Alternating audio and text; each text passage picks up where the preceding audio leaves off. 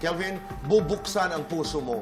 Anong pangalan ng girl, hindi related sa iyo by blood, ang nakasulat sa iyong puso? Napupusuan na lang ba? Hindi, napupusuan. Napupusuan, Tito Boy. Yun siguro.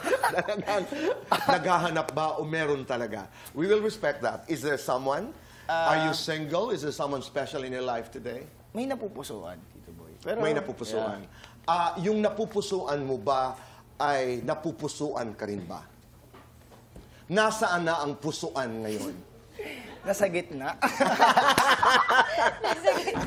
Nasa gitna siguro. I mean, ano lang, ina-enjoy ko lang kasi yung process at saka yung mga priorities talaga kailangan na. At proud kami. You're working so hard. Yes. You're working very hard.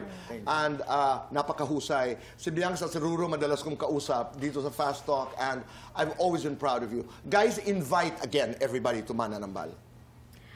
Muli po, sa lahat po ng mga manonood, ang Mananambal po ay ipapalabas na sa mga sinihan sa ika-19 ng Pebrero. Kasama po namin dito ang nag-iisang national artist ng ating bansa, Miss Nora Honor, ang ating superstar. At magkakasama din po kami dito nila Kelvin, EA, ni Martin at ni Jerry. Kaya sana po ay mahalin at suportahan po ninyo ang aming natatanging pelikula.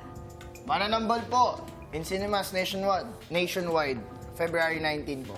Okay. Kelvin, patawad ha. Dahil napag-usapan natin kanina yung mga kontrobersiya, pahabol lang na tanong. I know you got involved in a controversy that has something to do with cheating. Paano mo nalampasan yun? And what would you want to tell us about it? Tinanggap ko lang po yung katotohanan sa sarili ko, Tito Boy. Kasi wala naman akong dapat ipaliwanag kasi alam ko yung totoo and hindi ko kailangan ipagtanggol yung sarili ko sa taong ang hirap magsalita sa taong alam niya kung hanggang saan ako at hanggang saan yung kaya kong ibigay.